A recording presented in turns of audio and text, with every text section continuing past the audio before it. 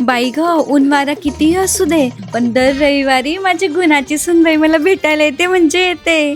नमस्कार करते. हा काय ग, माझा मुलगा नाही आला? त्यांना काहीतरी काम होतं, मग मी काळी पिवळी गाडी करूनच आली.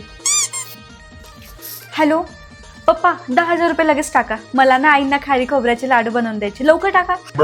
मी काय म्हणते ना, तुम्ही लाडू ना अशा हातानेच बांधा.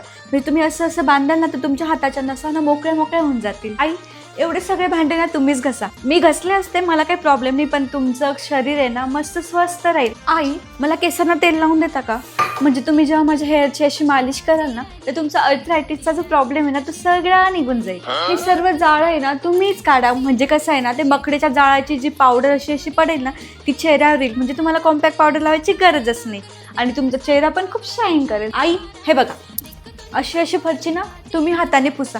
म्हणजे तुमचं हे पाठदुखी पण बंद होईल आणि हातांचा पण व्यायाम होईल. हे घ्या, हे सर्व कपडे ना तुम्ही धुवा. याला ना वॉटर थेरपी म्हणता. म्हणजे तुम्ही जास्त पाण्यात राहाल कपडे धुताना तर तुमच्या शरीरातलं पाणी कमी होणार नाही आणि तुमचा पीएच बॅलन्स पण सिमिलर राहील.